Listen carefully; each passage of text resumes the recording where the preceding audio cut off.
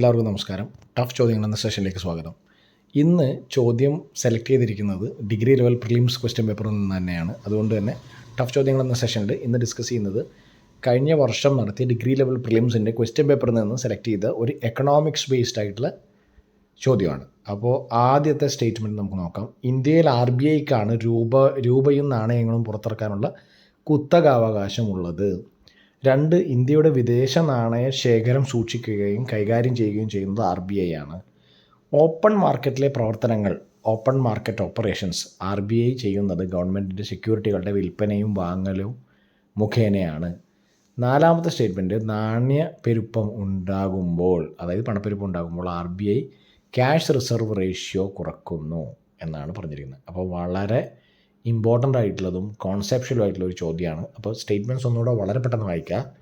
ആദ്യത്തെ സ്റ്റേറ്റ്മെൻറ്റ്, ഇന്ത്യയിൽ RBIക്കാണ് രൂപയും നാണയങ്ങളും പുറത്തിറക്കാനുള്ള കുത്തകാവകാശമുള്ളത്. ഇന്ത്യയുടെ വിദേശ നാണയ ശേഖരം സൂക്ഷിക്കുകയും കൈകാര്യം ചെയ്യുകയും ചെയ്യുന്നത് RBI ആണ്.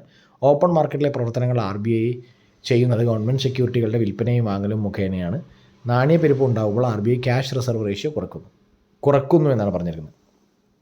അപ്പോൾ ഇതിൽ അറിഞ്ഞിരിക്കേണ്ട കാര്യം ഫങ്ഷൻസ് ഓഫ് RBIയുടെ ഫങ്ഷൻസ് എന്തൊക്കെയാണെന്ന് അറിഞ്ഞാൽ ഒരു പരിധി വരെ നമുക്ക് ഈ ക്വസ്റ്റ്യൻ സോൾവ് ചെയ്യാൻ പറ്റും. അതും വളരെ ഡീറ്റെയിൽ ആയിട്ട് അറിഞ്ഞിരിക്കണം. എന്താണ് ക്യാഷ് റിസർവ് റേഷ്യോ, എന്താണ് സ്റ്റാറ്റ്യൂട്ടറി ലിക്വിഡിറ്റി റേഷ്യോ, എന്താണ് റിപ്പോ റേറ്റ്, എന്താ റിവേഴ്സ് റിപ്പോ റേറ്റ്, അങ്ങനെയൊക്കെ അറിഞ്ഞാൽ മാത്രമേ ഇത് സോൾവ് ചെയ്യാൻ പറ്റുള്ളൂ.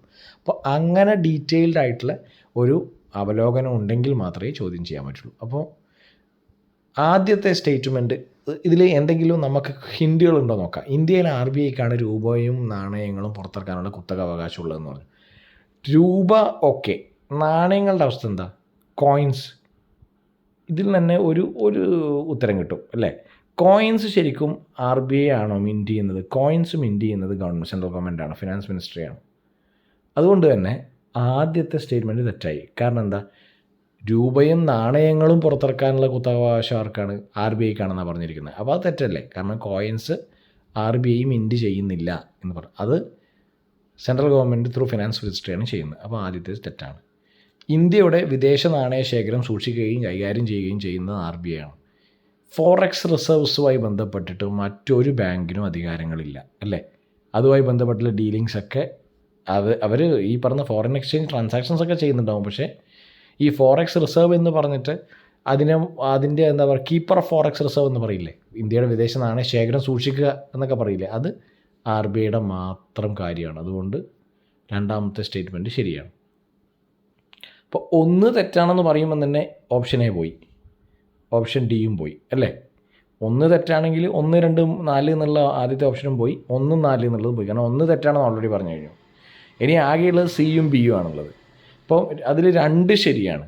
അപ്പോൾ സിയിലും ബിയിലും 2 ഉണ്ട്. അടുത്തത് 3ാമത്തെ ഓപ്ഷൻ, ഓപ്പൺ മാർക്കറ്റിലെ പ്രവർത്തനങ്ങൾ RBI ചെയ്യുന്നത് ഗവൺമെൻറ് സെക്യൂരിറ്റികളുടെ വിൽപ്പനയും വാങ്ങലും മുഖേനയാണ് എന്ന് പറയുന്നത്, അതും ശരിയാണ്.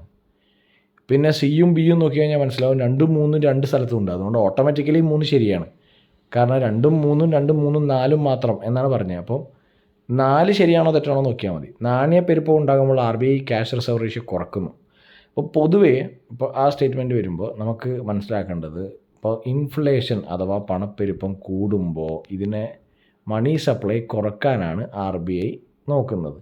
അപ്പോൾ ഈ റിസർവ് റേഷ്യോകൾ, ക്യാഷ് റിസർവ് ആയിക്കോട്ടെ, എന്ത് റിസർവ് ആയിക്കോട്ടെ, ഇത് റിസർവ് കൂട്ടാൻ ആണ് നോക്കുക. അതായത് ആൾക്കാരുടെ കയ്യിൽ നിന്ന് പൈസ കുറക്കാനും ബാങ്കുകളിലുള്ള റിസർവ്, ഇപ്പോൾ RBIയിലുള്ള റിസർവിനെയാണ് ക്യാഷ് റിസർവ് റേഷ്യോ എന്ന് പറയുന്നത്.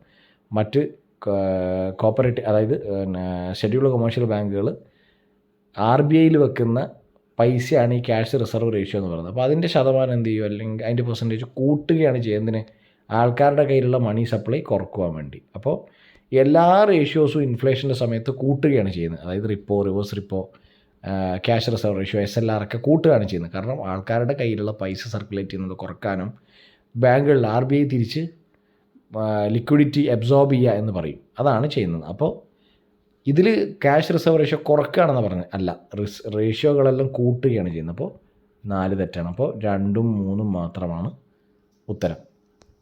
അപ്പോൾ ഒരു തവണ കൂടെ പറയും, ഇന്ത്യയിൽ RBI ആണ് രൂപ പുറത്തിറക്കാനുള്ള കുത്തകാവകാശം RBIക്കാണ്.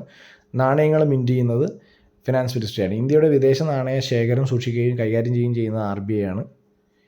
അത് ശരിയാണ്. ഓപ്പൺ മാർക്കറ്റിലെ പ്രവർത്തനങ്ങൾ RBI ചെയ്യുന്നത് ഗവൺമെൻറ് സെക്യൂരിറ്റികളുടെ വിൽപ്പനയും വാങ്ങലും മുഖേനയാണ്. അത് ശരിയാണ്. നാണ്യപ്പെരുപ്പം ഉണ്ടാകുമ്പോൾ RBI ക്യാഷ് റിസർവ് റേഷ്യോ കൂട്ടുന്നു എന്നാണ് ശരി ഉത്തരം.